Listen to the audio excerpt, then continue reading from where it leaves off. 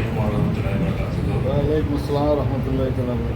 இன்ஷா அல்லாஹ் இன்னைக்கு ஒரு 4 மணி நேரம் எஸ்ஐஆர் படிவத்தை எப்படி நிரப்புறது, அதற்குள்ளே இருக்கிற விஷயங்களை எவ்வளோ முடியுமோ அவ்வளோ எளிமையாகவும் சுருக்கமாகவும் இன்ஷா அல்லாஹ் அவங்க மத்தியில் கடத்தலாம்னு நினைக்கிறேன். ஒரு 2-3 நாளைக்கு முன்னாடி ஒரு திருவோண வரவேற்பு நிகழ்ச்சி, அதில் தோழர் பாலபாரதி வந்து அந்த மணமக்களை வாழ்த்தினாங்க. எஸ்ஐஆர் மாதிரி தீவிர குழப்பமும் இல்லாமல், எஸ்ஐஆர் மாதிரி தீவிர கலக்கமும் இல்லாமல் மணமக்கள் வாழணும்னு வாழ்த்தினாங்க.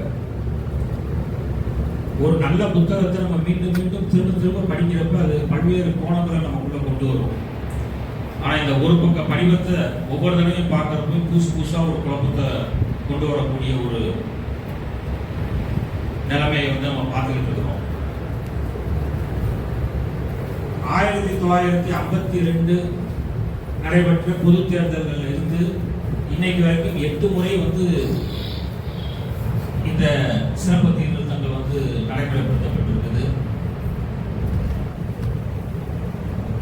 எந்த முகாமும் வந்து அது ஒரு மாசத்துக்குள்ள நடக்கல, எல்லாமே வருஷக்கணக்காக வந்து நடந்திருக்குது.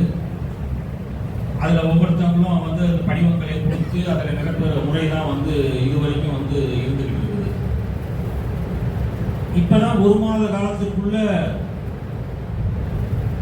இந்த தீவிர சிறப்பு முகாம்கள் நடத்துறது அப்படின்ட்டு வந்து இன்னைக்கு இந்த சாரை கொண்டு வந்திருக்கிறாங்க, ஸ்பெஷல் இன்டென்ஷன் ரிவ்யூ. ஏன் அவ்வளவு அவசரம் என்ன? 1925 RSS உருவாக்கப்பட்டு அது தன்னுடைய விஷ விழுதுகளை நல்ல ஆழமா பரப்பி 14 நாள் ஆட்சி, 14 மாத ஆட்சி, 5 வருஷம், இன்னைக்கு வந்து 3 முறையாக அசைக்க முடியாத சக்தியா இன்னைக்கு வளர்ந்து நிற்கிது. தன்னுடைய மறைமுகமான அஜெண்டாக்களை வந்து இன்னைக்கு நிறைவேற்றிக்கிறதுக்கு அவங்களுக்கு இன்னும் அவகாசம் தேவைப்படுது. ஏன் தேவைப்படுதுன்னா, இன்னைக்கு பல மாநிலங்கள் ஆட்சியில் இருந்தாலும் 30% 35% வாக்கு சதவீதத்தை தாண்டி அவங்களால கொண்டு போக முடியல. அப்ப என்ன பண்ணணும்? இருகோடுகள் தத்துவம் தான். ஒரு கோடை சிறுசாக்கணும் அப்படின்னா அதுக்கு பக்கத்துல பெரிய கோடை வரைஞ்சிட்டோம்னா இந்த கோடு சின்னதாக ஆயிடும். அது மாதிரி இந்த சிறப்பு திருத்தத்தை கொண்டு வந்து இன்னைக்கு பீகார்ல மட்டும் 63 லட்சம் வாக்காளர்கள் வந்து நீக்கப்பட்டிருக்கிறாங்க. குறைச்சிட்டோம் அப்படின்னம்னாக்க வந்து அவங்களுடைய வாக்கு சதவீதம் வந்து கூடிடும். அதுதான் இன்னைக்கு அவசரமா வந்து இன்னைக்கு வந்து கொண்டு வந்திருக்கிறாங்க. இன்னைக்கு அதற்கான எந்த விதமான முன்னேற்பாடுமே இல்லாம ஏற்கனவே நம்ம வந்து பணமதிப்பு நடவடிக்கையை பார்த்தோம். திடீர்னு அறிவிச்சுட்டு அதுக்கப்புறம் ஏற்பாடுகளை பண்ணினாங்க.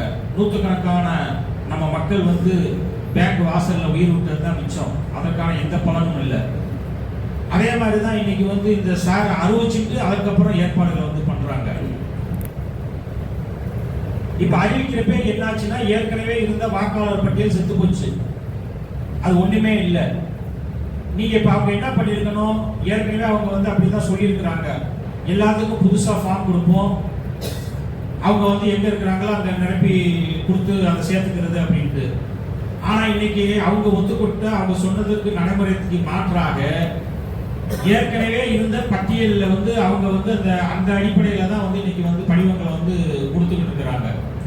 2 படிவங்கள் கொடுக்குறாங்க. அதுல வந்து ஒன்று வந்து நம்ம எழுதி அவங்கள்ட்ட கொடுக்கணும், ஒன்று வந்து நம்ம காப்பி மாதிரி வச்சுக்கணும் அப்படிங்கிறதுக்காண்டி கொடுக்குறாங்க. பல பக்கங்கள் வந்து ஒரு படிவங்கள் தான் வந்து கொடுத்துருக்குறாங்க. இதை நீங்க தப்பு தவறுமா எழுதிட்டா செல்லாது அப்படின்ட்டு அந்த தெருவுக்கு 4 பேர் நின்று பேசுறவங்க இருக்கிற குழப்பத்துக்கு மத்தியில் அவங்க வேற வந்து குழப்பிக்கிட்டே பயங்காட்டிக்கிட்டே வந்து இருக்கக்கூடிய ஒரு சூழ்நிலை அப்படிங்கிறது வந்து இருக்குது. நம்ம வெளியூர்ல இருக்கிறோம், என்ன பண்றது?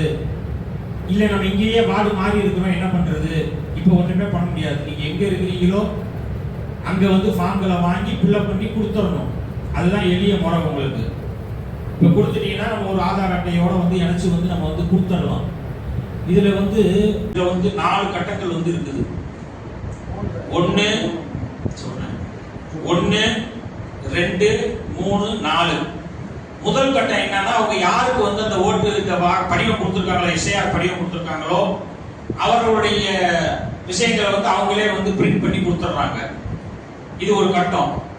ஏன்னா இதுல வந்து வேற யாரையும் வந்து நம்ம வந்து பயன்படுத்த முடியாது. அதனால இந்த கட்டம் வந்து அது ஒரு கட்டம் அவங்க இது.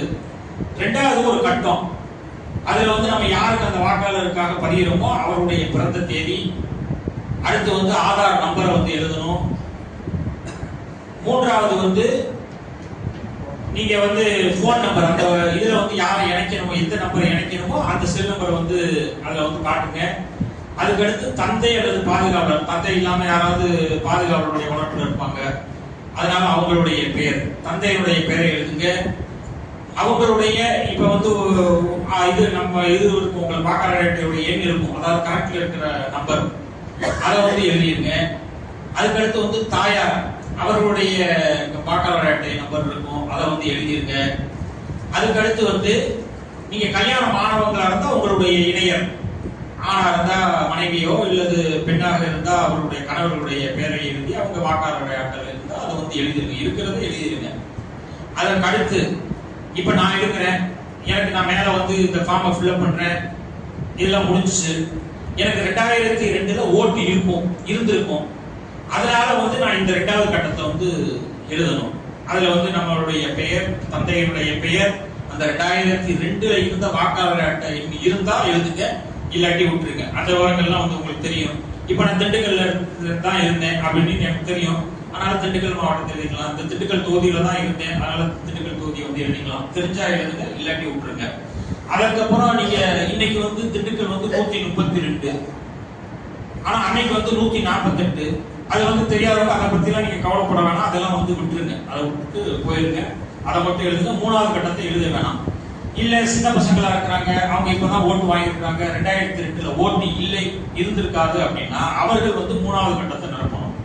2வது கட்டத்தை தொட வேண்டியது இல்லை. 3வது கட்டத்துல அவருடைய தந்தையோ தாயோ, அவங்க வேற அண்ணன் தம்பி எல்லாம் சேர்க்கக்கூடாது. அண்ணன் தம்பி, அக்கா தங்கச்சி இவங்க நம்பர்லாம் எழுதக்கூடாது. அண்ணன், தாய், தந்தை இவங்களோட அவங்களுடைய பெயரை எழுதி, அவர்களுக்கு ஏற்கனவே சொன்னதுதான், அந்த பழைய வாக்காளர் அட்டை நம்பர் இருந்தா அதை எழுதுங்க, இல்லாட்டி விட்டுருங்க. அதே மாதிரிதான் அந்த மற்ற விஷயங்களும் 2வது காலத்துக்கு சொன்னதுதான் 3வது காலத்துக்கு பொருந்தும். எளிமையான முறைதான் அதை. அதே மாதிரி வந்து நீங்க வந்து கையெழுத்து, நீங்க உங்க குடும்பத்துல யாராவது ஒரு 18 வயசுக்கு மேற்பட்ட உங்களுடைய கையெழுத்தை போட்டு கொண்டு போய் அந்த அதிகாரிகள்கிட்ட ஒப்படைச்சிடலாம். அல்லது அவர்களோடு இருக்கக்கூடிய PLA 2 என்று சொல்லக்கூடிய 12 கட்சிகளுடைய அந்த வாக்குச்சாவடி நிலை அலுவலர்கள் தொடங்கி இருப்பாங்க, அவங்களுக்கு அந்த அதிகாரம் இருக்குது. அதனால அவங்கள்ட்டையும் வந்து கொடுத்து நீங்க வந்து அதை வந்து கொண்டு போய் சேர்க்கக்கூடிய ஒரு ஏற்பாடை வந்து பண்ணிடலாம். இதை கண்டிப்பா நீங்க வாங்கணும், வாங்கி கொடுக்கணும். அப்படி கொடுத்துட்டாவே மேக்சிமம் வந்து நீங்க வந்து அந்த ஓட்டுச்சாவடி வந்து அவங்க பெரும்பாலும் வந்து நிராகரிக்க முடியாது, சேர்த்துக்குவாங்க. அப்படி தவறி அதுல வந்து சில விஷயங்கள் வந்து அவங்களுக்கு வந்து அந்த அதிகாரிகளுக்கு நம்பிக்கை இல்லை, நிராகரிச்சுன்னா அவங்க வந்து பின்னாடி வந்து நமக்கு டிசம்பர்ல வந்து அந்த நிராகரிக்கிறதுக்கான காரணத்தை சொல்லணும். அந்த வரைவு வாக்காளர் பட்டியல் வந்து வெளியிடுவாங்க. அதை எப்படி வெளியிட போறாங்க, அரசியல் கட்சிகளுக்கு கொடுக்க போறாங்களா இல்லையா அப்படிங்கிறத தெரியல. அப்படி கொடுத்தா நம்மளும் அதை வாங்கி உடனடியாக நம்ம வந்து பட்டியலை வந்து இங்கனுக்குள்ள வைக்கிறதுக்கான ஒரு ஏற்பாடுகளை வந்து பண்ணலாம். அதற்கு மேல அதுல வர விவரங்களை வந்து நம்ம வந்து ஜமாத்துல வந்து சொல்றதுக்கான ஒரு முயற்சியை வந்து தொடரலாம். அந்த வரைவு வாக்காளர் பட்டியல்ல வந்து பேர் விடுபட்டு போச்சுன்னா அதை சேர்க்கறதுக்கான ஏற்பாடுகளை வந்து நம்ம செய்யணும். எப்பயும் போல அசட்டியா இருந்துடாதீங்க. ஏன்னா இந்த தடவை அதை சேர்க்க முடியல அப்படின்னா அடுத்து வர காலத்துல நம்ம சேர்க்கிறது வந்து ரொம்ப சிரமமா இருக்கும். அதுல அவங்க கேட்கக்கூடிய ஆதாரங்கள் அதெல்லாம் வந்து கொஞ்சம் கடுமையா இருக்கும். ஆகவே கொஞ்சம் சிரமம் பார்க்காம கொஞ்சம் அலைச்சல் தான். அதனால போய் எப்படியாவது சேர்த்துருங்க. உங்களுக்கு எங்க ஓட்டு போட்டோம் என்ன அப்படிங்கிறது தெரியல அப்படின்னா தெரிஞ்சவங்கள்ட்ட சொல்லி ஓட்டர்ஸ் ஹெல்ப்லைன் ஒரு ஆப் இருக்குது, அந்த ஆப்பை டவுன்லோட் பண்ணுங்க. அது சும்மா ஒரு 11 MB தான் இருக்கும். அதை வந்து டவுன்லோட் பண்ணுங்க. அதுல வந்து உங்களுடைய ஓட்டர் நம்பர், அந்த எலெக்ஷன் கார்டுல இருக்கக்கூடிய அந்த எபிக் நம்பர்னு சொல்லக்கூடிய அந்த நம்பரை வந்து பதிவு பண்ணிட்டீங்கன்னாவே போதும். உங்களுடைய பாகம் எங்க, பாகம் உங்க ஓட்டுச்சாவடி எங்க, அதுல வரிசை நம்பர் எங்க, கிட்டத்தட்ட ஒரு 98% அதுல உண்மையான தகவல் வந்து வந்துடும். நீங்க அதை வந்து போய் பார்த்துட்டு அந்த பூத்துக்கு யார் வந்து அந்த PLO, அதிகபட்சம் வந்து அந்த பக்கத்துல இருக்கிற பால்வாடியோட ஆய்வாளர்கள் தான் இருப்பாங்க. பாவம் அவங்க நிலைமை தான் ரொம்ப பரிதாபமா இருக்கு. இன்னைக்கு அவங்க தான் இருப்பாங்க. அதனால அவங்கள போய் சந்திச்சு அந்த படிவங்களை கேட்டு பண்றதுக்கான ஏற்பாடுகளை பண்ணுங்க. அந்த அடிப்படையில வந்து நம்ம வந்து இன்ஷா அல்லாஹ் வந்து ரொம்ப கூடிய சீக்கிரத்துல பண்ணிருக்காது. ஒரு 3 நாள் 2 நாள்ல வந்து நம்ம இன்ஷால்லா நம்ம மகளால் அந்த 39வது பாகத்தில் இருக்கவங்களுக்கு திங்கட்கிழமை உள்ள வந்து நம்ம கொடுத்துடலாம் இன்ஷால்லா. அதனால வந்து நம்ம ஒரு முயற்சியை பண்ணுவோம். இந்த தாசில்தாரும் நமக்கு கொஞ்சம் நெருக்கமான ஆளு தான். அதனால அவர்கிட்ட வந்து நம்ம வச்சு எல்லாத்தையும் புதுசாக வந்து சேர்க்கறதுக்கான ஒரு ஏற்பாடை பண்ணலாம் இன்ஷால்லா. அந்த அடிப்படையில் வந்து நீங்க அதை வந்து முயற்சி பண்ணுங்க. மேலும் சந்தேகம் இருந்தால் இன்ஷால்லா நீங்க அசர்ல இருந்து யாராவது ஒரு 2-3 பேரை வச்சு நம்ம வந்து அதை ஃபில் பண்றதுக்கான ஒரு முயற்சியை வந்து துவங்கலாம். ஒரு 2 நாளுக்கு அதுக்கான வேலைகளை செய்யலாம். அதனால வந்து படிவத்தை வந்து நிரப்பி கொடுங்க. அதுதான் மீண்டும் மீண்டும் சொல்றது, படிவத்தை வாங்குங்க, நிரப்பி கொடுத்துருங்க. உங்களுக்கு தெரிஞ்சவரை கொடுத்துருங்க, கையில வச்சுக்காதீங்க அப்படிங்கிறதான். அஸ்ஸலாமு அலைக்கும் வரஹ்மத்துல்லாஹி. பேர் எழுதிக்கலாம். பேர் அந்த இருந்தா எப்படியா தாய் தந்தை மரணம் அடைந்தாலும் அவங்க தான் நம்ம தாய் தந்தை. அதனால அவங்க தாய் தந்தை பேரை கண்டிப்பா எழுதுங்க. வாக்கா இப்ப இது அந்த எண்ணம் இருந்துச்சுன்னா எழுதுங்க, இல்லாட்டி விட்டுருங்க. தெரிஞ்சதே எழுதுங்க, தெரியாத விட்டுருங்க. ஃபார்ம் அவங்க கைக்கு போகணும், நீங்க வாங்கணும், திரும்பி கைக்கு போகணும், அது ரொம்ப முக்கியம். அதனால அந்த அடிப்படையில